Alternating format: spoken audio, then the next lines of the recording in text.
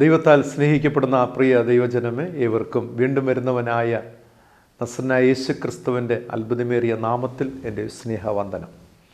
ഏറ്റവും ധന്യവും ഹൃദയവുമായ ഈ ദിനത്തിനായി നമുക്ക് ദൈവത്തെ സ്തുതിക്കാം, സ്തോത്രം ചെയ്യാം. 2023 ക്രിസ്താഗമന കാലഘട്ടത്തിലെ 4ാമത്തെ ഞായറാഴ്ചയിലേക്ക് നാം പ്രവേശിച്ചിരിക്കുകയാണ്. തികഞ്ഞ സന്തോഷത്തോടും ദൈവകൃപയിൽ ആശ്രയിച്ചുകൊണ്ട്, പ്രത്യേകിച്ച് ലോകമെമ്പാടും കർത്താവായ യേശു ക്രിസ്തുവിൻ്റെ ജനനത്തിൻ്റെ സ്മരണകൾ പുതുക്കുന്ന ദിനങ്ങളാണ്. കർത്താവായ യേശു ക്രിസ്തു ലോക മാനവ ജനതയുടെ പാപം പൊക്കുവാനായി ബെത്ലഹേമിലെ കാലിത്തൊഴുത്തിൽ പൂജാതനായ ആ പ്രത്യാശയുടെ, സ്നേഹത്തിൻ്റെ, നന്മയുടെ, പ്രതീക്ഷയുടെ അനുഭവങ്ങൾ, ക്രിസ്തുവിൻ്റെ ഒന്നാമത്തെ വരവ്. ആ വരവ് തന്നെയാണ് കർത്താവായ യേശു ക്രിസ്തുവിൻ്റെ ഒന്നാമത്തെ വരവിനെ നമുക്കൊരിക്കലും മറക്കുവാനോ മാറ്റിവെക്കുവാനോ കഴിയുന്നതല്ല. കാരണം ക്രിസ്തുവിൻ്റെ ഒന്നാമത്തെ വരവാണ് ഇന്ന് നാം ക്രിസ്തുവിൽ ആയിരിക്കുവാനായിട്ട് ഇടയായിത്തീർന്നത്. ക്രിസ്തുവിൻ്റെ മരണത്തെക്കുറിച്ചൊക്കെ നാം ഒരുപാട് ധ്യാനിക്കുമ്പോഴും ഒരുപാട് നാം അതിൽ ശ്രേഷ്ഠത കൈവരിക്കുമ്പോഴും മറന്നു പോകരുത്, ജനനമുണ്ടെങ്കിൽ മാത്രമേ മരണമുള്ളൂ എന്ന് മനസ്സിലാക്കുക.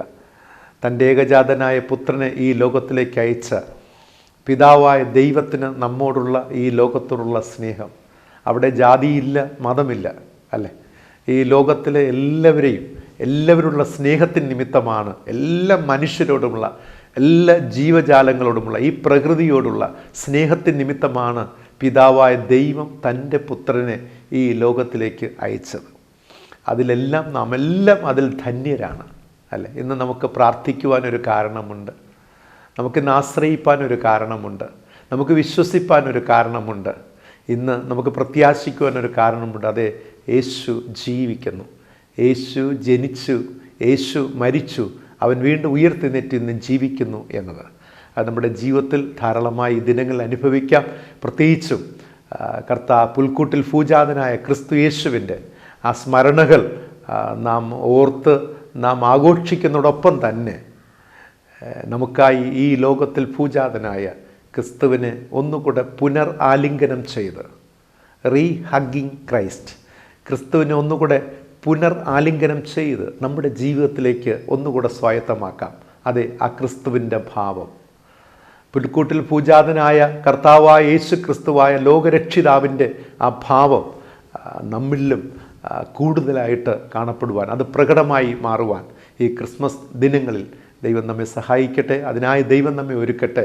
പരിശുദ്ധാത്മാവ് അതിലേക്കായി നമ്മെ സഹായിക്കട്ടെ എന്ന പ്രാർത്ഥനയോടെ, ആശംസകളോടെ നമുക്ക് ഇന്നത്തെ ധ്യാനത്തിലേക്ക് നമുക്ക് പ്രാർത്ഥനയോടെ പ്രവേശിക്കാം.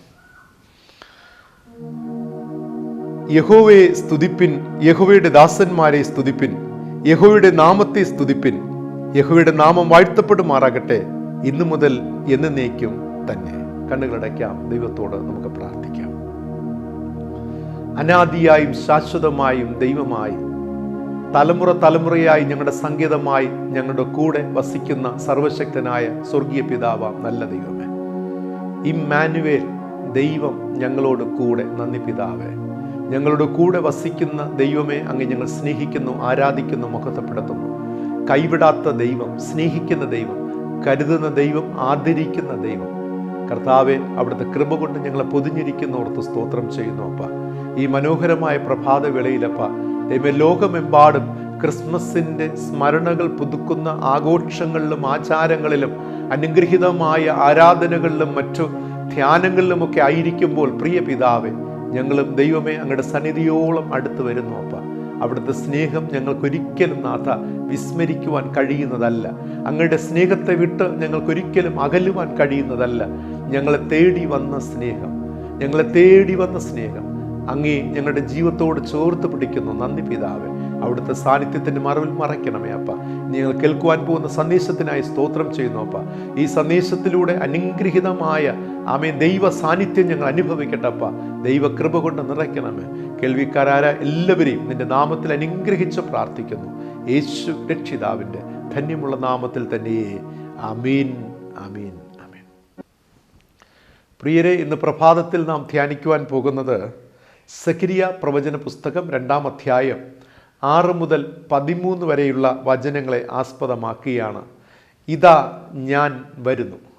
ഇതാ ഞാൻ വരുന്നു എന്ന ചിന്താവിഷയത്തെ ആസ്പദമാക്കിയാണ് നാം ഇന്ന് ധ്യാനിക്കുവാനായി പോകുന്നത്. ഞാൻ പറഞ്ഞ വേദഭാഗമായ സഖരിയ പ്രവചന പുസ്തകത്തിൽ നിന്ന് 2 വേദഭാഗങ്ങൾ ഞാൻ ആമുഖമായി വായിക്കട്ടെ. സഖരിയ പ്രവചന പുസ്തകം 2-ാം അധ്യായം 10-ാമത്തെ വാക്യവും 13-ാമത്തെ വാക്യവും വായിക്കുന്നത് കേൾപ്പിൻ. സിയോൻ പുത്രിയെ ഘോഷിച്ചുല്ലസിച്ച് സന്തോഷിക്ക, ഇതാ ഞാൻ വരുന്നു, ഞാൻ നിന്റെ മധ്യേ വസിക്കും എന്ന് യഹോവയുടെ അരുളപ്പാട്.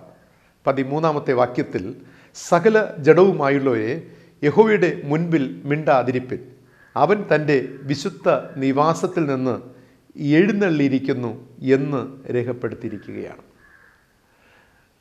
ലോക മാനവ ജനതയ്ക്ക് സഖരിയ പ്രവാചകനിലൂടെ സ്വർഗസ്ഥ പിതാവായ ദൈവം നൽകുന്ന അരുളപ്പാടാണ് നാം ഇപ്പോൾ വായിച്ചു കേട്ട ഈ വേദഭാഗങ്ങൾ. തകർക്കപ്പെട്ട വേദനയിൽ, സങ്കടത്തിൽ, നിരാശയിൽ, തളർച്ചയിലൊക്കെ കഴിയുന്ന ജനത്തിന് ദൈവം നൽകുന്ന ഒരു സന്ദേശമാണ്. ജീവിതത്തിൽ ഒരുപാട് പ്രതീക്ഷകളോടെയൊക്കെ കാത്തിരുന്ന നിമിഷങ്ങൾ, ഒരുപാട് പരിശ്രമങ്ങളുടെ അനുഭവത്തിലൂടെ കടന്നു ചെന്ന രാപ്പകലുകൾ, ഇതിന് നടുവിലും ലഭിച്ചതോ നിരാശകളും വേദനകളും, തകർക്കപ്പെട്ട പ്രത്യാശയെ ഹനിക്കുന്ന ഒരുപാട് സംഭവങ്ങൾ സഖരിയ പ്രവാചകൻ്റെ കാലഘട്ടത്തിലെ ജനങ്ങൾ നേരിട്ടിരുന്നു എന്നാണ് തിരുവചനത്തിൻ്റെ ആഴങ്ങളിലേക്ക് ഇറങ്ങിച്ചെല്ലുമ്പോൾ ചരിത്ര പശ്ചാത്തലങ്ങളിലൂടെയൊക്കെ നമുക്ക് മനസ്സിലാക്കുവാനായി കഴിയുന്നത്. അതേ പ്രിയമുള്ളവരെ, ഇന്നത്തെ കാലഘട്ടത്ത് നാമും ജീവിച്ചു കൊണ്ടിരിക്കുന്ന ഒരു പ്രതിസന്ധിയുടെ കാലഘട്ടം അന്നും സഖരിയ പ്രവാചകൻ്റെ കാലഘട്ടത്തും ഉണ്ടായിരുന്നു. അതെ, ദൈവജനം വേദനയോടെ നുറുക്കപ്പെട്ട നൊമ്പരത്തിൻ്റെ, രോദനത്തിൻ്റെ അനുഭവത്തിലൂടെ ഒന്ന് പുറത്തു പറയുവാൻ, ഒന്ന് ശബ്ദം പുറപ്പെടുവിക്കുവാൻ പോലും കഴിയാത്ത ഒരു വളരെ തീവ്രമായ വേദനയിലൂടെ കടന്നു ചെന്ന നാളുകൾ. നീതിയില്ല, ന്യായമില്ല, എല്ലായിടത്തും അനീതി പെരുകിക്കൊണ്ടേയിരിക്കുന്നു, അക്രമങ്ങൾ പെരുകിക്കൊണ്ടേയിരിക്കുന്നു. യഥാർത്ഥമായ സ്നേഹം കാണുവാനായി കഴിയുന്നില്ല, കരുതൽ കാണുവാനായി കഴിയുന്നില്ല. സ്നേഹിക്കേണ്ടവർ തന്നെ, കരുതേണ്ടവർ തന്നെ അവരെ ഭയങ്കരമായി പീഡിപ്പിക്കുന്ന അനുഭവങ്ങൾ, വേദനിപ്പിക്കുന്ന അനുഭവങ്ങൾ. ഈ ഒരു കാലഘട്ടത്തിലാണ് സഖരിയ പ്രവാചകന് ദൈവത്തിൻ്റെ അരുളപ്പാട് പ്രവചനമായി നൽകുന്നത്. 2 കാര്യങ്ങളാണ് ഇവിടെ പറയുന്നത്. ഈ പ്രത്യാശ നശിക്കുമാറായിരിക്കുന്ന, തകർന്നിരിക്കുന്ന ഈ ജനത്തോടെ, തകർക്കപ്പെട്ട ഈ ജനത്തോടെ സഖരിയ പ്രവാചകനോട് 2 ദൂതാണ് നൽകുന്നത്. ഒന്ന്, ഘോഷിച്ചുല്ലസിച്ച് സന്തോഷിക്കുക എന്നതാണ്. സിയോൻ പുത്രിയെ നീ ഘോഷിച്ചുല്ലസിച്ച് സന്തോഷിക്കുക. Is it possible? ഇത് സാധ്യമാണോ? ഒരു വലിയ ചോദ്യമാണ്. തകർക്കപ്പെട്ടിരിക്കുന്ന, നൊമ്പരങ്ങളുടെ മധ്യയിൽ മാനസിക സമ്മർദ്ദത്തിലിരിക്കുന്ന ഒരു മനുഷ്യന് എങ്ങനെ ഘോഷിച്ചുല്ലസിച്ച് സന്തോഷിക്കുവാൻ കഴിയും? അതിനോട് കൂടെ ഈ സന്തോഷിക്കുള്ള വക കൂടെ ദൈവം നൽകുകയാണ്. എന്താണ് പ്രവാചകങ്ങളോട് പറയുന്നത്? ഘോഷിച്ചുല്ലസിച്ച് സന്തോഷിക്കുക, കാരണം ഇതാ ഞാൻ വരുന്നു. ആമേൻ. Something is coming. പ്രത്യാശയ്ക്കുള്ളൊരു വക ദൈവം നൽകുകയാണ്. നിന്നോട് ഞാൻ വെറുതെയല്ല പറയുന്നത്, ഇതാ ഞാൻ വരുന്ന, നീ സന്തോഷിക്കുക. നിന്റെ ദുഃഖകാലം മാറുവാൻ പോകുന്നു, നിന്റെ വേദനകളെ ഞാൻ മാറ്റുവാൻ പോകുന്നു, നിനക്ക് സൗഖ്യം നൽകുവാൻ പോകുന്നു. നിന്റെ രോഗ ദുരിതങ്ങൾ, നിന്റെ വിഷമതകൾ, നിന്റെ ഭാരങ്ങൾ, നൊമ്പരങ്ങൾ, നിന്റെ തകർക്കപ്പെട്ട അനുഭവങ്ങളെ ഇതാ ഞാൻ നീക്കുവാൻ പോകുന്നു. നിന്റെ ദുഃഖം സന്തോഷമായി മാറും. ഞാൻ ഇതാ വരുന്നു. ആമേൻ. നമുക്കെല്ലാ കാലഘട്ടത്തും നമ്മെ ധൈര്യപ്പെടുത്തുന്ന, ബലപ്പെടുത്തുന്ന, പ്രിയമുള്ളവരെ, ഒരു ആശ്വസിപ്പിക്കുന്ന വചനമാണ് ഇതാ ഞാൻ വരുന്നു എന്നുള്ളത്. ഓരോ നിമിഷവും ദൈവസന്നിധിയിൽ പ്രാർത്ഥന കഴിഞ്ഞ് എഴുന്നേൽക്കുമ്പോൾ നാം കേൾക്കുന്ന ഒരു ശബ്ദമുണ്ട്, ഇതാ ഞാൻ വരുന്നു, ഇതാ ഞാൻ നിനക്ക് വേണ്ടി പ്രവർത്തിക്കുവാൻ പോകുന്നു. ആമേൻ.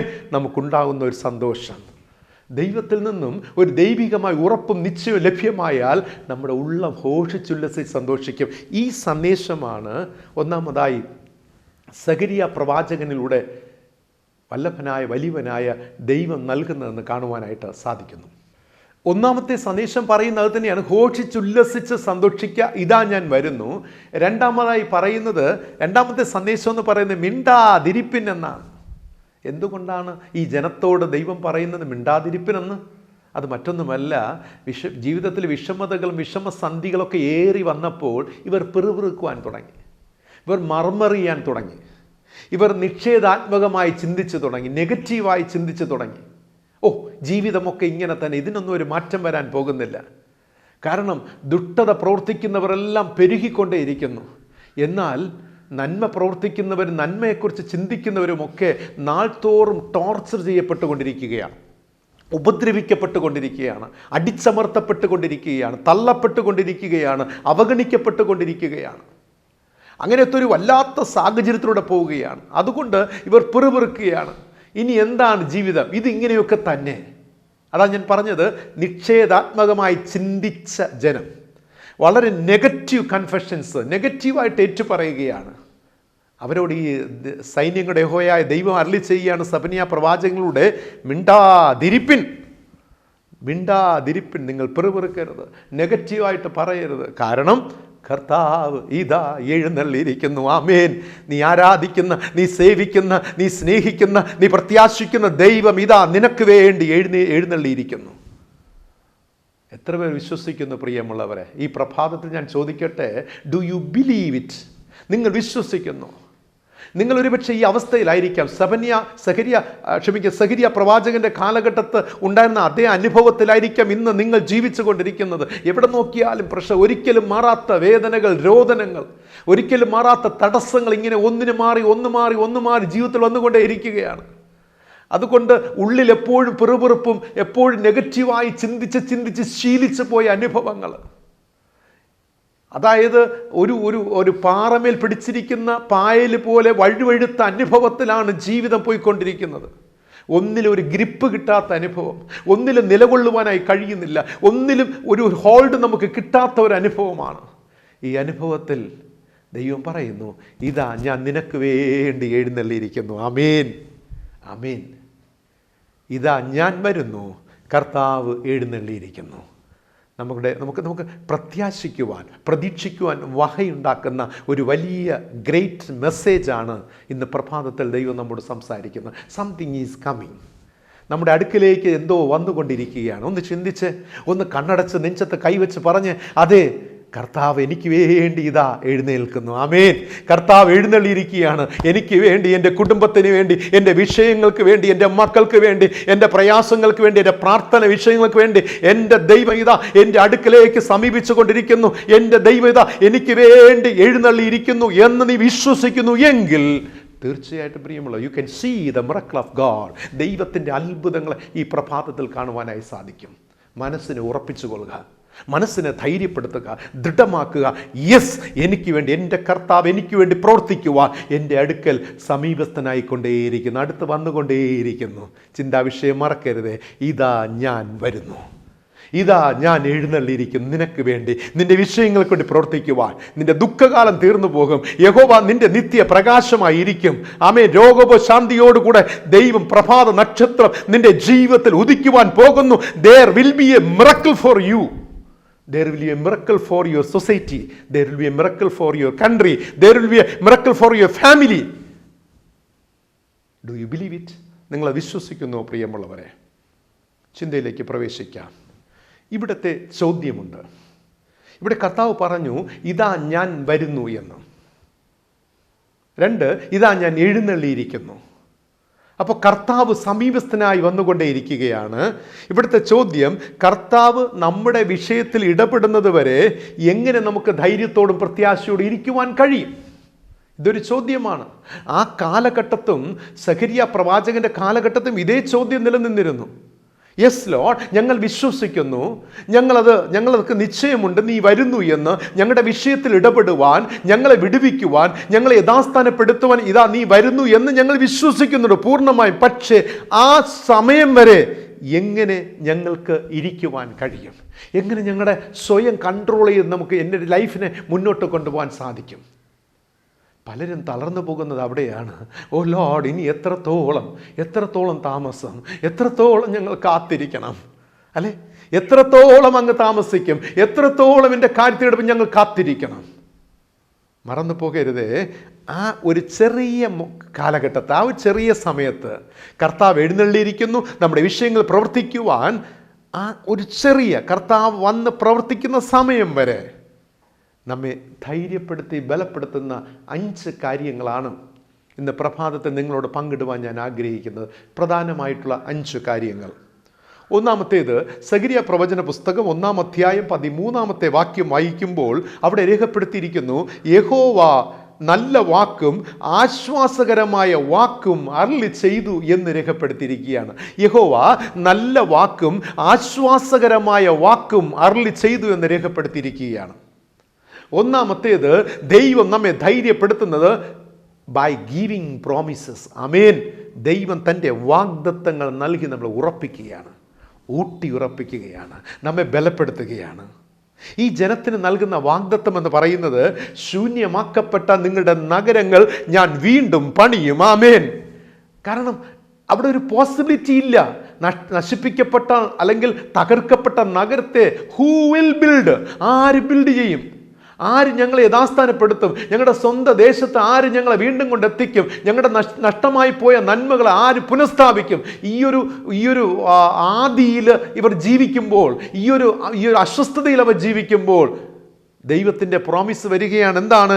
ശൂന്യമാക്കപ്പെട്ട നഗരം ഇതാ വീണ്ടും പണിയുവാൻ പോകുന്നു. 2, നിങ്ങൾക്ക് നഷ്ടമായി പോയ സമൃദ്ധി ഞാൻ നിങ്ങൾക്ക് വീണ്ടും നൽകുമെന്ന് പറയുകയാണ്. ഓ, അമേസിങ് പ്രിയമുള്ളവരെ, എത്ര ഉന്നതമായ ഒരു അനുഭവമാണ്, പ്രോമിസാണ് കൊടുക്കുന്നത്. തകർക്കപ്പെട്ടു, എല്ലാം തീർന്നു എന്ന് നിങ്ങൾ ചിന്തിക്കുന്നു. ആഷായി ചാമ്പൽ പോലത്തെ അവസ്ഥയിലാണ് ജീവിതം.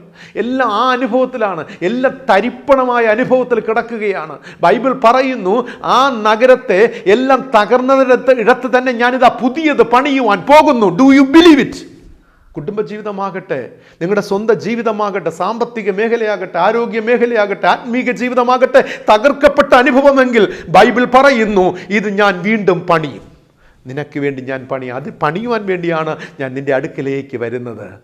That is the first coming of our lord Jesus Christ. Jesus birth. യേശു ഈ ലോകത്തിൽ ഭൂജാതനായത് എന്തിനു വേണ്ടിയാണ്? തകർക്കപ്പെട്ടതിനെ, ഉടച്ചു മാറ്റപ്പെട്ടതിനെ വീണ്ടും പുനഃസ്ഥാപിക്കുവാൻ, പണിയുവാൻ, ദൈവത്തിൻ്റെ രാജ്യം പുനഃസ്ഥാപിക്കുവാൻ വേണ്ടിയാണ് കർത്താവായ യേശു ക്രിസ്തു ഭൂമിയിൽ പൂജാതനായത്. ദൈവം നമുക്ക് നൽകുന്ന വാഗ്ദത്തമാണ് പ്രിയമുള്ളവരെ. നമ്മുടെ ജീവിതത്തിലും നിരാശാജനകമായ സംഭവങ്ങളും അനുഭവങ്ങളൊക്കെ ഉണ്ടായിരിക്കാം. ഏകാന്തതകളും അവഗണനയും അല്ലെങ്കിൽ നൊമ്പരങ്ങളൊക്കെ ഉണ്ടായിരിക്കാം. പക്ഷേ ദൈവത്തിന് നമ്മോടൊരു വാഗ്ദത്തമുണ്ട് പ്രിയമുള്ളവരെ. ദൈവത്തിന് നമ്മോടൊരു വാഗ്ദത്തമുണ്ട്. ഇതാ ഞാൻ വരുന്നു, നിൻ്റെ പ്രത്യാശയ്ക്ക് ഭംഗം വരികയില്ല, ഞാൻ നിന്നെ പുനർനിർമ്മിക്കുക തന്നെ ചെയ്യും. വിശ്വസിച്ച പ്രിയമുള്ളവരെ, നമ്മെ പുനർനിർമ്മാണം ചെയ്യുന്ന, നമ്മെ ബലപ്പെടുത്തുന്ന, നമ്മെ ശക്തീകരിക്കുന്ന, നമ്മെ ഉയർത്തുന്ന, നമുക്ക് ബലം, ശക്തി നൽകുന്ന ഒരു ജീവനുള്ള ദൈവമുണ്ട് പ്രിയമുള്ളവരെ. ആ ദൈവത്തിൽ പ്രത്യാശ അർപ്പിക്കുക. ദൈവം നമ്മെ ഒരു നാൾ കൈവിടുകയില്ല. ഒരു നാൾ ദൈവം നമ്മെ വീക്ഷിക്കുന്നില്ല. ദൈവത്തിൻ്റെ സാന്നിധ്യം നമ്മോടുകൂടെ ഉണ്ടാകും. ആ കൃപ നമ്മോടുകൂടെ ഉണ്ടാകും. ഒന്നാമത്തെ, ദൈവം നൽകുന്നത് വാഗ്ദത്തമാണ്.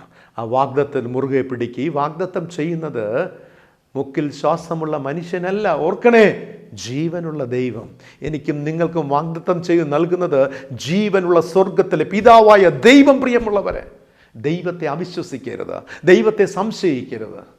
ഇന്ന് പലപ്പോഴും നാം വസിക്കുന്നത് എന്താണ്? മൂക്കിൽ ശ്വാസമുള്ള മനുഷ്യരുടെ നടുവിൽ വസിക്കുന്നവരാണ് നാം. അതുകൊണ്ട് മനുഷ്യൻ നമ്മെ പലപ്പോഴും പറ്റിക്കാറുണ്ട്, ചതിക്കാറുണ്ട്, കൂടെ ഇരുന്ന് വഞ്ചിക്കാറുണ്ട്.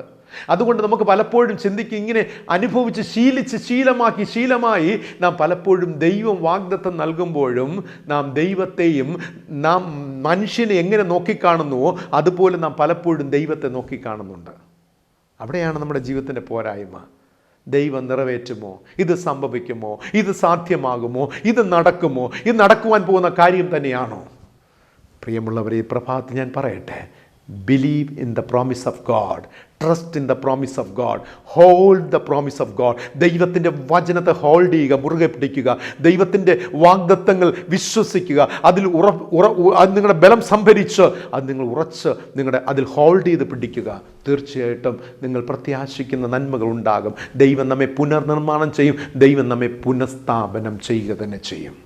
രണ്ടാമത്തെ ചിന്ത എന്ന് പറയുന്നത്, ഈ ആ ചെറിയ കാലഘട്ടത്തിനിടയിൽ ദൈവം നമുക്ക് നൽകുന്ന നന്മയെന്ന് പറയുന്നത്, സഖരിയ പ്രവചന പുസ്തകം 2-ാം അധ്യായം 5ഉം 8ഉം വാക്യങ്ങൾ വായിക്കുമ്പോൾ 5-ാമത്തെ വാക്യത്തിൽ, എന്നാൽ ഞാൻ അതിന് ചുറ്റും തീ മതിലായിരിക്കും, ഞാൻ അതിൻ്റെ നടുവിൽ മഹത്വമായിരിക്കും.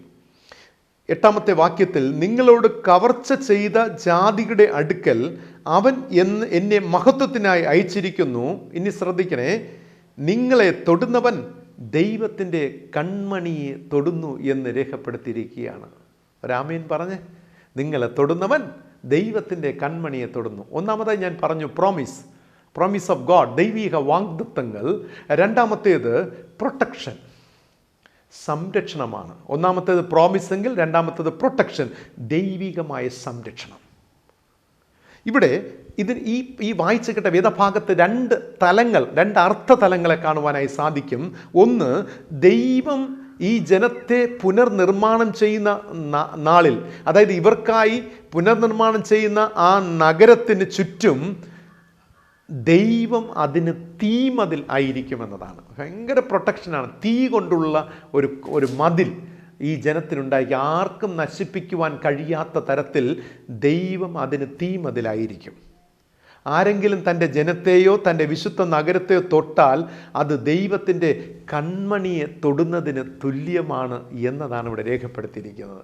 എത്ര അത്ഭുതകരമായ ഒരു ചിത്രം പ്രിയമുള്ളവരെ ഇതിൽ നമുക്ക് കാണുവാനായി സാധിക്കുന്നത്. ദൈവം തൻ്റെ മക്കളെ സംരക്ഷിക്കുന്ന വിധങ്ങൾ.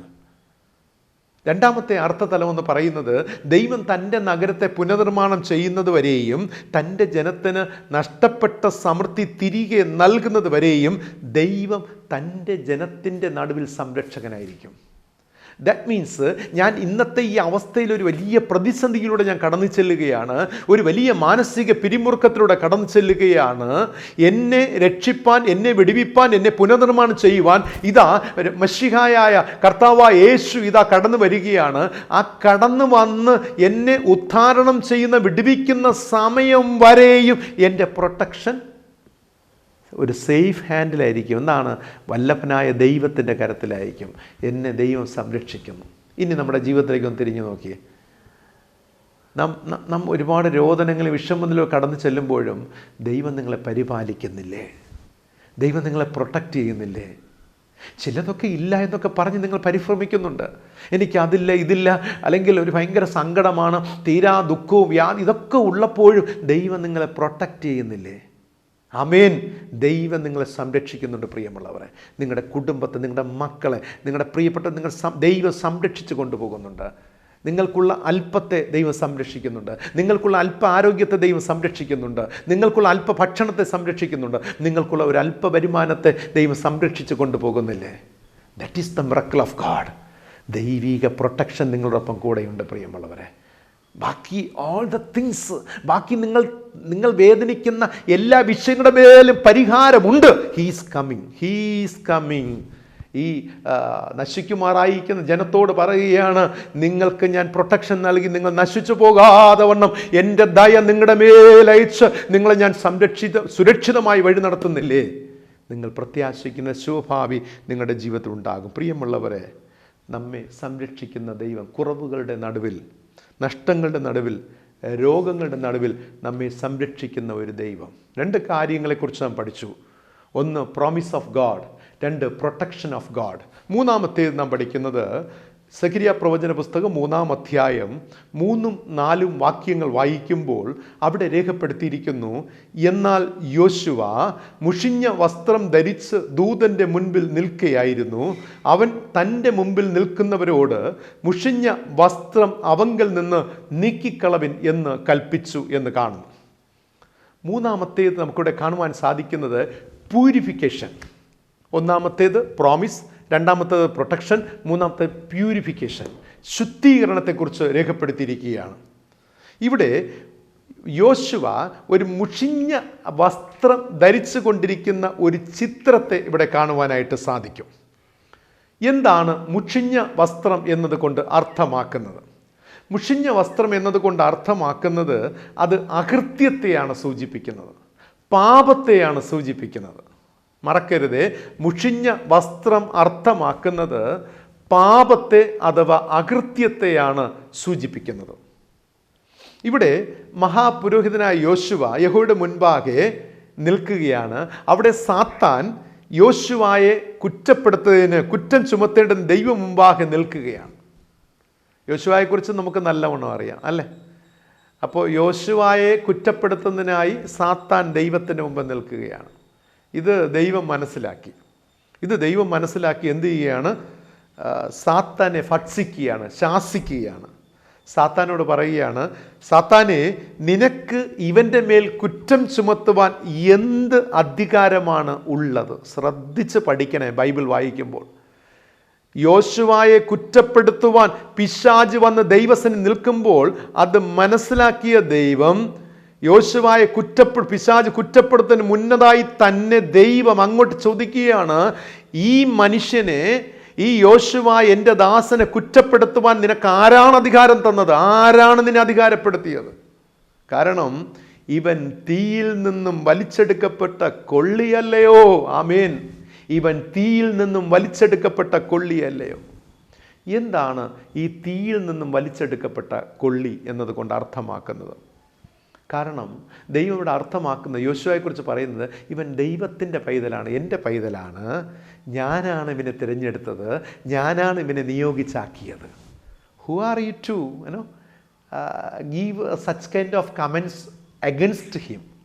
അല്ലേ, ഇവനെതിരായിട്ട് കുറ്റം ആരോപിക്കുവാൻ ആരാണ് നിനക്ക് അധികാരം? ഞാനാണ് യോശുവയെ തിരഞ്ഞെടുത്ത് നിയോഗിച്ചാക്കിയിരിക്കുന്നത്. 2, ഇവൻ കഷ്ടതയിലൂടെ എന്നെ പിൻപറ്റിയവനാണ്.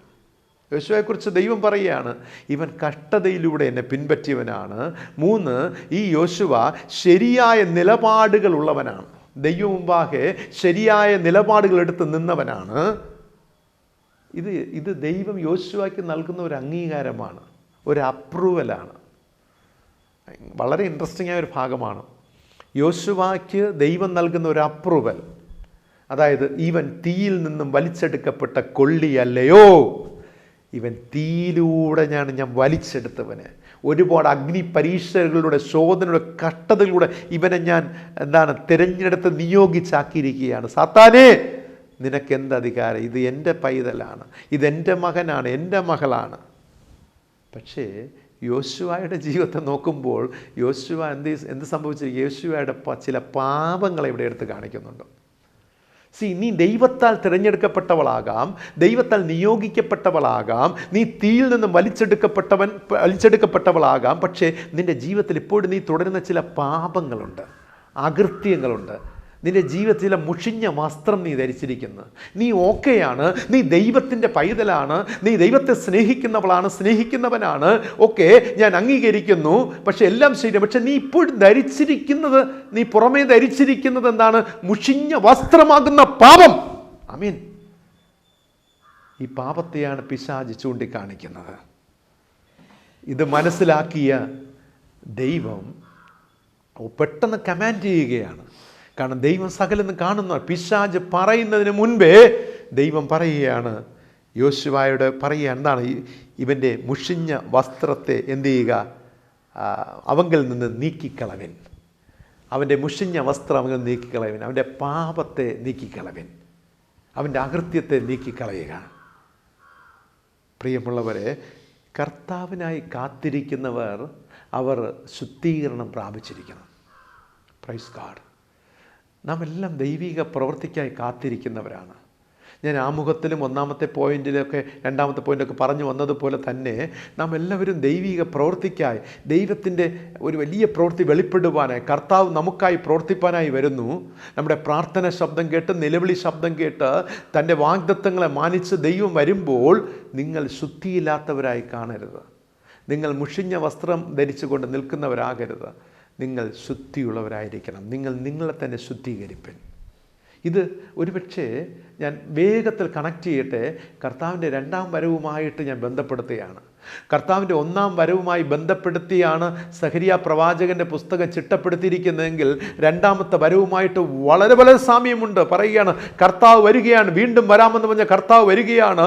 വാനമേഘങ്ങൾ എഴുന്നള്ളുമ്പോൾ എന്നെ കേൾക്കുന്ന പ്രിയ ദൈവജനമേ, നിങ്ങൾ ധരിച്ചിരിക്കുന്നത് മുഷിഞ്ഞ വസ്ത്രമാകരുതേ. അങ്ങനെയെങ്കിൽ ആ മുഷിഞ്ഞ വസ്ത്രം നീക്കി നിങ്ങൾ ശുദ്ധീകരണം പ്രാപിച്ചു കൊള്ളുക.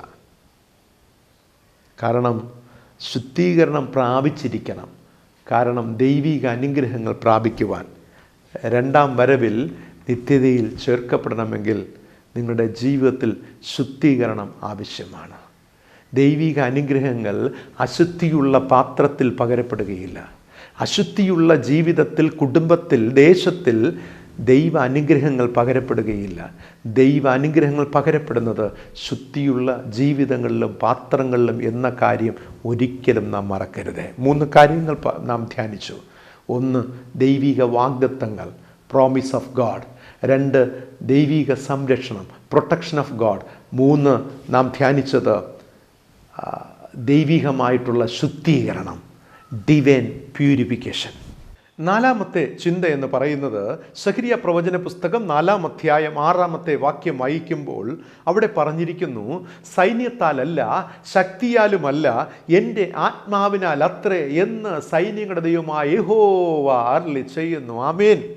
സൈന്യത്താലുമല്ല ശക്തിയാലുമല്ല എൻ്റെ ആത്മാവിനാൽ അത്രേ എന്ന് സൈന്യങ്ങളുടെ യഹോവയായ ദൈവം അരുളി ചെയ്യുന്നു. 4ാമത്തേത് ദ പവർ ഓഫ് ഗാഡ്, ദൈവികമായ ശക്തി. ശക്തി എന്ന നന്മ. പ്രിയമുള്ളവരെ, വാഗ്ദത്തം മാത്രമല്ല, സംരക്ഷണം മാത്രമല്ല, ശുദ്ധീകരണം മാത്രമല്ല, 3ാമത്തേത് ശക്തി നൽകുന്ന ദൈവം. നമ്മുടെ ജീവിതത്തിൽ കർത്താവ് വരുമ്പോൾ നമ്മുടെ പ്രശ്നങ്ങൾ, പ്രതിസന്ധികൾ എന്താണ്? അവിടെ അത്ഭുതങ്ങൾ നടക്കും, അവിടെ വിജയം നടക്കും. ഇതെങ്ങനെ സാധ്യമാകുമെന്നുള്ളതാണ്. നമുക്ക് ചില സമയങ്ങളൊക്കെ ഈ സംശയമുണ്ടാകും, ഇതെങ്ങനെ സംഭവിക്കും? ഇത്രയും നാൾ സംഭവിക്കാത്തത് ഇനി കർത്താവ് വന്ന് എങ്ങനെ പുനഃസ്ഥാപിക്കുവാൻ പോകുന്നു? എല്ലാം അലങ്കോലപ്പെട്ട ഒരു ജീവിതമാണ്, എല്ലാം തകർക്കപ്പെട്ട ചിന്നാഭിന്നമായി കിടക്കുന്ന ഒന്നാണ്. How it possible? ഇതെങ്ങനെ സാധ്യമാകും? Is it possible? ഇത് സാധ്യമാകുമോ എന്ന് ചിന്തിച്ചിരിക്കുമ്പോൾ ദൈവം പറയുകയാണ്, മകനെ മകളെ, നീ ഇത് സാധ്യമാകുമോ, ഇതെങ്ങനെ സാധ്യമാകുമെന്ന് ചോദിക്കുന്നത് നിന്റെ മാനുഷിക ബുദ്ധിയാണ്. നിനക്ക് നൽകപ്പെട്ടിരിക്കുന്ന ബുദ്ധിയിലാണ് നീ അത് വിവേചിച്ച് പറയുന്നത്. പക്ഷേ ഓർക്കുക, നീ കാണുന്ന സൈന്യത്താലല്ല ശക്തിയാലുമല്ല ഇത് സംഭവിക്കുവാൻ പോകുന്നത്. എൻ്റെ ആത്മാവ്, the power of God going to work among you. നിൻ്റെ എല്ലാ ഡിസോർഡറിങ് തിങ്സ് എല്ലാം ഓർഡർ ചെയ്യുവാനായിട്ട് എൻ്റെ ആത്മാവിന് കഴിയും. നീ കാണുന്ന സൈന്യത്താലല്ല, നീ കാണുന്ന രാഷ്ട്രീയ പിൻബലമല്ല, നീ കാണുന്ന സഭാ നേതൃത്വത്തിൻ്റെ ഒരു വലിയ ബലമല്ല, നീ കാണുന്നതിൻ്റെ അയൽവാസിയുടെ ശക്തിയല്ല, നീ കാണുന്ന മറ്റു പിശാചിൻ്റെ അന്ധകാര ശക്തി ഒന്നുമല്ല. ഇതിനെയൊക്കെ തകർക്കുവാൻ, ഇതിനെയൊക്കെ ജയിക്കുവാൻ എൻ്റെ ആത്മാവിന് കഴിയും. എൻ്റെ ആത്മാവാകുന്ന ശക്തി. ആമേൻ. വിശ്വസിക്കുക പ്രിയമുള്ളവർ. ദൈവം ഒന്നുകൂടെ തൻ്റെ ശക്തിയെ നമുക്ക് വെളിപ്പെടുത്തി നൽകുകയാണ്. Believe in the spirit of God, power of God. പ്രിയമുള്ളവരെ, അവിടെ അത്ഭുതങ്ങൾ നടക്കും, അവിടെ വിജയമുണ്ടാകും. ഇവിടെ ദൈവം പറയുന്നു, ദൈവത്തിൻ്റെ ആത്മാവാകുന്ന ശക്തി. മനുഷ്യൻ്റെ സ്വാധീനങ്ങളോ ഒന്നും അവിടെ സാധ്യമല്ല. ചില വിഷയങ്ങൾക്കൊക്കെ നാം ഒരുപാട് പരിശ്രമിക്കാറുണ്ട്, അല്ലേ? ചില കാര്യങ്ങളൊക്കെ നേടിയെടുക്കുവാനും സാധ്യമാക്കുവാനും നമ്മളെ കൊണ്ടുള്ള മാക്സിമം നാം ഓടാറുണ്ട്. ചില കാര്യങ്ങളൊക്കെ പ്രവൃത്തിപഥത്തിൽ കൊണ്ടുവരാൻ, സക്സസ് ചെയ്യുവാൻ. പക്ഷേ നമ്മുടെ തന്ത്രങ്ങളോ, നമ്മുടെ ബുദ്ധിയോ, നമ്മുടെ ജ്ഞാനമോ, നമ്മുടെ വിവേകമോ, നമ്മുടെ സ്വാധീനതകളോ, നമ്മുടെ യാതൊന്നും അവിടെ വർക്കൗട്ട് ആകുകയില്ല, അവിടെ ഒന്നും ഫലിക്കുകയില്ല. കാരണം ബൈബിൾ പറയുന്നു, അവിടെ എൻ്റെ ആത്മാവുണ്ട് നിനക്ക് വേണ്ടി പ്രവർത്തിക്കുവാൻ. നിനക്ക് വേണ്ടി പ്രവർത്തിക്കും എൻ്റെ ആത്മാവുണ്ട്. പരീക്ഷാ കാലഘട്ടത്ത്, ശോധനയുടെ കാലഘട്ടത്ത് നിന്നെ സഹായിപ്പാൻ എൻ്റെ ആത്മാവ് നിന്നോട് കൂടെ ഉണ്ടാകും. നിൻ്റെ കണ്ണുനീരിൻ്റെ അവസ്ഥയുടെ നടുവിൽ, നിൻ്റെ തകർച്ചയുടെ നടുവിൽ നിന്നെ ബലപ്പെടുത്തുവാൻ, നിന്നെ സഹായിപ്പാൻ എൻ്റെ ആത്മാവിനെ ഞാൻ നിനക്ക് തരും. അത് നിനക്ക് ശക്തി പകരും. അതല്ലേ പ്രിയമുള്ളവരെ ഈ ദിനങ്ങളിലൊക്കെ നാം അനുഭവിച്ചു കൊണ്ടിരിക്കുന്നത്? സങ്കടപ്പെടുമ്പോൾ, വിഷമിക്കുമ്പോഴും, ഭാരപ്പെടുമ്പോഴും, തകർക്കപ്പെട്ട അനുഭവത്തിൽ, നൊമ്പരങ്ങളുടെ ഒറ്റപ്പെട്ട ഏകാന്തതയിൽ കഴിയുമ്പോഴും നിന്നെ ശക്തീകരിക്കുന്നത്, നിന്നെ ബലപ്പെടുത്തിക്കൊണ്ടിരിക്കുന്നത് ഒരാത്മാവ്, നിന്നെ കണ്ണുകൊണ്ട് ദർശിക്കുവാൻ കഴിയാത്ത ഒരു അദൃശ്യമായ ഒരു ദൈവത്തിൻ്റെ ആത്മാവല്ലേ നിന്നെ ബലപ്പെടുത്തിക്കൊണ്ടിരിക്കുന്ന ആൾ തോറും. പ്രിയമുള്ളവരെ, സന്ധ്യയ്ക്ക് നീ കണ്ണുനീരോടുകൂടെ നിന്റെ തലയിണെ കിടക്കയെ നനച്ചുകൊണ്ട് നീ ഉറക്കത്തിലേക്ക് പോകുമ്പോൾ, പ്രഭാതത്തിൽ എഴുന്നേൽക്കുമ്പോൾ നീ അറിയാത്ത ഒരു ശക്തി, ഒരാത്മാവ് നിന്നെ ബലപ്പെടുത്തുന്നില്ലേ? അതെ, എൻ്റെ ആത്മാവ്, എൻ്റെ ആത്മാവ്, ദൈവത്തിൻ്റെ ആത്മാവ്. ഈ ശക്തിയിൽ നമുക്കുള്ളിൽ ഉണ്ടാകണം പ്രിയമുള്ളവരെ. കർത്താവ് നമ്മെ പുനഃസ്ഥാപനം ചെയ്യുന്നത് വരെ, കർത്താവിൻ്റെ 2ാം വരവ് വരെ, പ്രിയമുള്ളവരെ, ഈ ശക്തി നമ്മിലുണ്ടാകണം. ഈ ശക്തിയിൽ മാത്രം നാം ആശ്രയിക്കണം. ഈ ശക്തിയിൽ നാം പ്രതീക്ഷ അർപ്പിക്കണം. അവിടെയാണ് ഒരു ദൈവ പൈതലിൻ്റെ വിജയമെന്ന് പറയുന്നത്. Yes, trust in the power of God. Trust in the power of God. സാധിക്കുമോ പ്രിയമുള്ളവരെ? സാധിക്കും. കണ്ണിന് കാണുന്ന വളരെ വർണ്ണപ്പകിട്ടാവുന്ന കാഴ്ചകളൊക്കെ ഒന്ന് മാറ്റിവെച്ചാൽ, ഈ ലോകത്തിൻ്റെ ശക്തി, പൈശാചിക ശക്തികളൊക്കെ ഒന്ന് മാറ്റി അകറ്റി ഒന്ന് നിർത്തിയാൽ, ഈ ലോകത്തിലെ ഭരണ സംവിധാനങ്ങളുടെ ശക്തി ഒന്ന് മാറ്റി നിർത്തിയാൽ, ലോകത്തിൻ്റെ സ്വാധീനത ഇൻഫ്ലുവൻസിനെയൊക്കെ ഒന്ന് മാറ്റി നിർത്തിയാൽ നിങ്ങൾക്ക് കാണുവാൻ സാധിക്കും അദൃശ്യമാകുന്ന ദൈവത്തിൻ്റെ ശക്തി. അതിൽ ഡിപ്പെൻഡ് ചെയ്യുവാനായി സാധിക്കും. മറന്നു പോകരുത് പ്രിയമുള്ള 4 കാര്യങ്ങൾ നിങ്ങളോട് ഞാൻ പറയുകയുണ്ടായി. കർത്താവായ യേശു ക്രിസ്തുവിൻ നമ്മുടെ ജീവിതത്തിൽ പ്രവർത്തിക്കുവാൻ, നമ്മുടെ ജീവിതത്തിൽ ഒരു വലിയ പ്രവൃത്തി, നമ്മുടെ ദുഃഖം മാറ്റി സന്തോഷം നൽകുവാൻ വരുന്ന ആ കാലഘട്ടം വരെ, നമ്പർ 1. സെക്കൻഡ്, കർത്താവിൻ്റെ 2ാം വരവ് വരെ നമ്മെ ചേർക്കുവാൻ, സിയോൻ മണവാളൻ നമ്മെ ചേർക്കുവാൻ വീണ്ടും വരുന്നത് വരെ നമ്മുടെ ജീവിതത്തിൽ ദൈവം പ്രദാനം ചെയ്തിരിക്കുന്ന 4 കാര്യങ്ങൾ. 1, തൻ്റെ വാഗ്ദത്തം. 2, താൻ നൽകുന്ന സംരക്ഷണം. 3, ദൈവം നൽകുന്ന ശുദ്ധീകരണം. 4 എന്ന് പറയുന്നത് തൻ്റെ ശക്തിയാണ്. ദൈവം തൻ്റെ ശക്തി. മറന്നു പോകരുത്. Promise of God, protection of God, purification of God. ഏറ്റവും 4ാമത്തേത് ഞാൻ പറഞ്ഞത് ദ പവർ ഓഫ് ഗോഡ്. ഇത് നമ്മുടെ ജീവിതത്തിൻ്റെ ഒരു ബലമാണ്. കർത്താവായ യേശു ക്രിസ്തുവിൻ്റെ ജനനമെന്ന് പറയുന്നത് പ്രിയമുള്ളവരെ ഈ 4 കാര്യങ്ങൾ ഉൾപ്പെട്ടിട്ടുണ്ട്. ക്രിസ്തുനാഥൻ ഈ ലോകത്തിൽ കടന്നു വന്നത് എന്തിനു വേണ്ടി? നമുക്ക് വാഗ്ദത്തം നൽകി തൻ്റെ ഭവനത്തിലേക്ക് നമ്മെ ചേർക്കുവാൻ, ആ സമയം വരെ നമ്മെ സംരക്ഷിക്കുവാൻ, തൻ്റെ തിരുരക്തത്താൽ നമ്മെ ശുദ്ധീകരിക്കുവാൻ, തൻ്റെ ശക്തിയാൽ നമ്മെ ബലപ്പെടുത്തി നിത്യത വരെ നമ്മെ മുന്നോട്ട് നയിക്കുവാൻ. ഏറ്റവും ഒടുവിലായി ഒരു ചിന്ത കൂടെ പറഞ്ഞ് അവസാനിപ്പിക്കട്ടെ. ഏറ്റവും ഒടുവിലായി സഖറിയ പ്രവചന പുസ്തകം 5-ാം അധ്യായം 3-4 വാക്യങ്ങൾ വായിക്കുമ്പോൾ ഇത് എന്ന് പറഞ്ഞിരിക്കുന്ന ഒരു ചുരുളിനെ കുറിച്ച് അവിടെ പറഞ്ഞിരിക്കുന്നത്. ആ ഭാഗം വായിക്കുന്ന 5-ാമത്തെ അധ്യായം. ഇത്, അതായത് ചുരുൾ സർവ്വദേശത്തേക്കും പുറപ്പെടുന്ന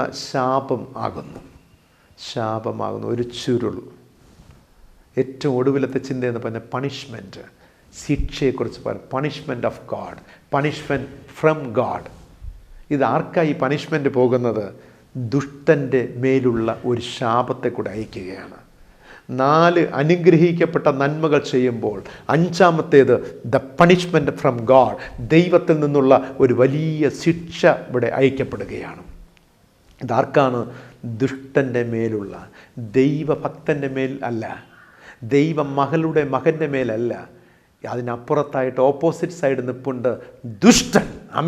നിലപാടുകളില്ലാത്തവൻ, ഫ്ലെക്സിബിളായവൻ, എപ്പോഴും കോംപ്രമൈസ് ചെയ്ത് പോകുന്നവൻ, ജീവിതത്തിൽ വിശുദ്ധിയില്ലാത്തവൻ, പ്രാർത്ഥനയില്ലാത്തവൻ, നേരിൻ്റെ വഴിയില്ലാത്തവൻ, കള്ളത്തിൻ്റെയും കപടത്തിൻ്റെയും വഴിയിലൂടെ സ്വന്തം നിലനിൽപ്പിനായി എന്തും ചെയ്യുവാനായിട്ട് എവിടെയും അടിയറ വയ്ക്കുവാൻ ഫോർ സെയിൽ എന്ന ബോർഡ് കഴുത്തിൽ തൂക്കിയിട്ട് കൊണ്ട് ഇങ്ങനെ വിൽപ്പനയ്ക്കായിട്ട് തൻ്റെ വ്യക്തിത്വത്തെ കൊണ്ട് നടക്കുന്നവൾ, നടക്കുന്ന സഭ, നടക്കുന്ന പ്രസ്ഥാനങ്ങൾ, നടക്കുന്ന രാഷ്ട്രീയ സേവകർ, അതുപോലെ തന്നെ കുടുംബങ്ങൾ, ഇവരുടെ മേൽ വരുന്ന ശാപത്തെക്കുറിച്ച് അവിടെ പറഞ്ഞിരിക്കുന്നത്. ആരാണ് ഈ ദുഷ്ടനെന്ന് അവിടെ പറഞ്ഞിരിക്കുന്നത്?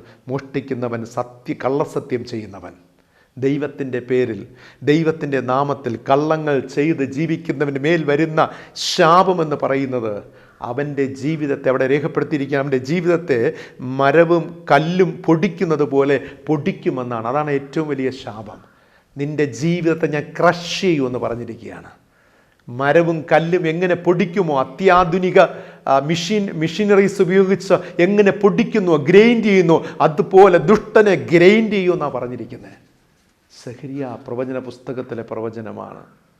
ഇന്നും ദൈവമക്കളെ കാത്തു സൂക്ഷിക്കുന്നത് അപ്രകാരമാണ്. പ്രിയമുള്ളവരെ, ദുഷ്ടൻ്റെ കയ്യിൽപ്പെടാതെ നമ്മെ തൊടുന്നവൻ ദൈവത്തിൻ്റെ കൺമണിയെ തൊടുന്നു. Okay, let it be. ദുഷ്ടനെ ദൈവം നോക്കിക്കോളും.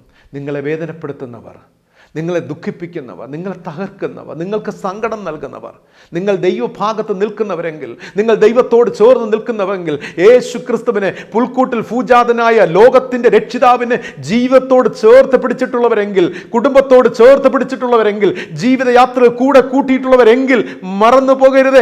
നിങ്ങൾക്കെതിരായി വരുന്ന, നിങ്ങളെ വേദനപ്പെടുന്ന, സങ്കടപ്പെടുന്ന അല്ലെങ്കിൽ നിങ്ങളെ വേദനപ്പെടുന്ന ദുഷ്ടശക്തിയെ വേദപുസ്തകം പറയുന്നു, കല്ലും മരവും പൊടിക്കുന്നത് പോലെ ഞാൻ പൊടിക്കുമെന്നാണ് പറഞ്ഞിരിക്കുന്നത്. Let it B. ആ ദൈവം നോക്കിക്കൊള്ളട്ടെ. നാം നോക്കേണ്ടത് എവിടെയാണ്?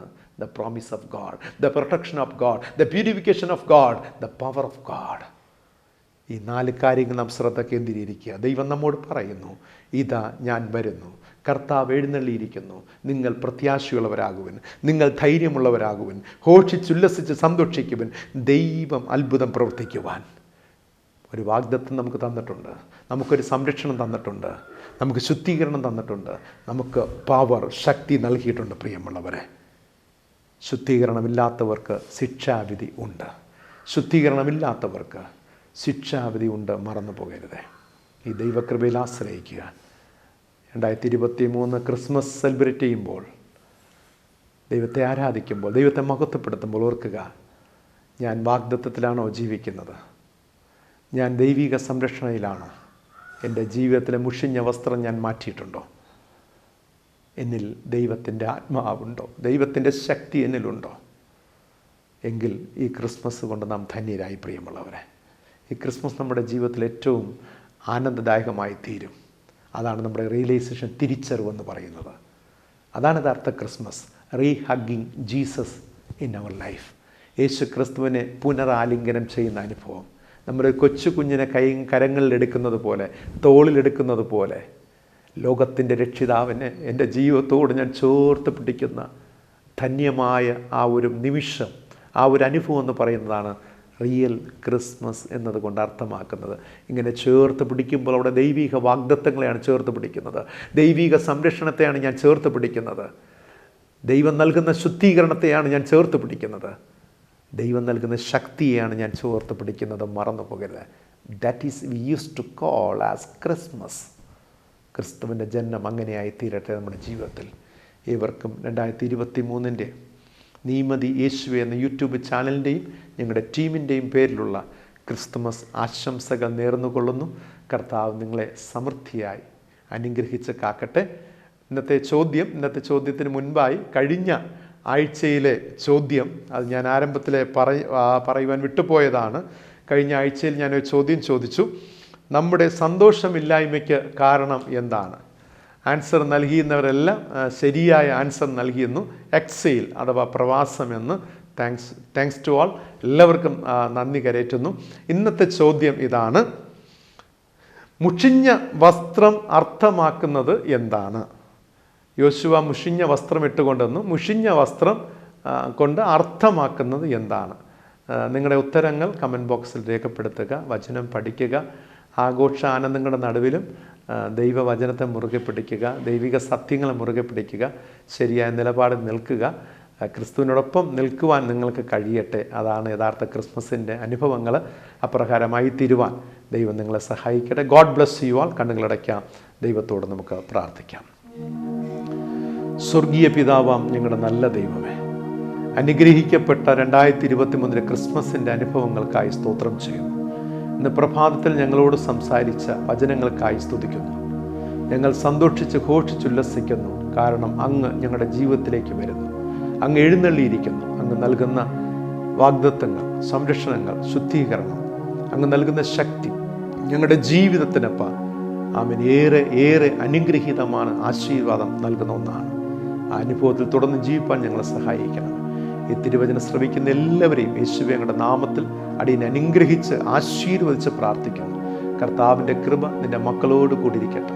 നിൻ്റെ മക്കളെ അനുഗ്രഹിക്കണമേ, ആശീർവദിക്കണമേ. തിരുക്കൃപ നിഴലായി കൂടിയിരിക്കട്ടപ്പ. ഞങ്ങളുടെ നീമതി യേശുവേ യൂട്യൂബ് ചാനലിൻ്റെ പിന്നിൽ പ്രവർത്തിക്കുന്ന ഞങ്ങളുടെ യുവ സഹോദരങ്ങൾക്കായി, അവരുടെ കുടുംബങ്ങൾക്കായി സ്തോത്രം ചെയ്യുന്നു. കർത്താവിൻ്റെ കൃപയും സമാനിൻ്റെ മക്കളോട് കൂടി കൃപയും ബലപ്പെടുത്തണം. ഞങ്ങളെ പൂർണ്ണമായി സമർപ്പിക്കുന്നു. പ്രാർത്ഥനയുടെ അനുഗ്രഹിക്കൊണ്ട് സ്തോത്രം.